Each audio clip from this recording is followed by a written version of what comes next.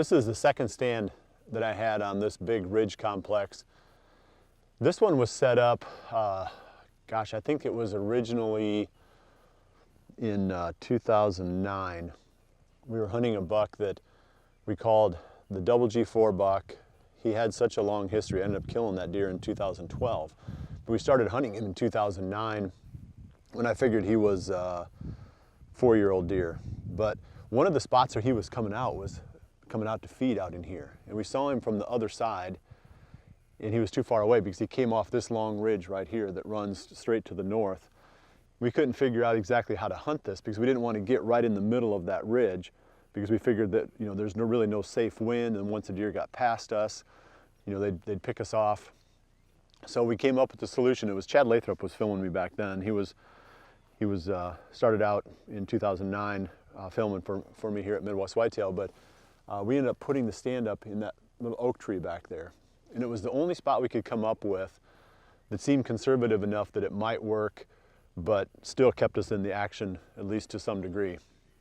Anything on it required an east or a southeast wind was the only problem, because we were on what would be the west side of the main trail that comes off that ridge. And we didn't get a lot of east or southeast wind, so we didn't really get to hunt it that often.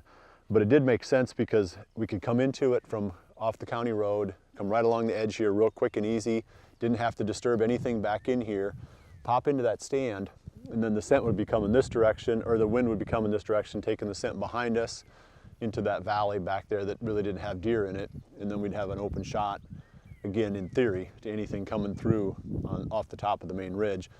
We hunted it several times over the years, and I don't think I ever shot anything out of there, whether a doe or a buck. It just didn't work out quite as well as we'd hoped. There are some spots like that that you just can't hunt. You know, that anything you do that makes any kind of sense from the standpoint of setting up for the deer that would be coming through there is too intrusive. So you end up just crossing them off the list.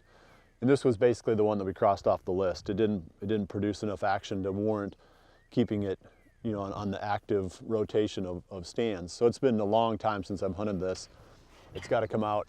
There's 2 of them up in there, and I'll be surprised if they come out in one piece. But it's time to get those out of there and move on to another spot.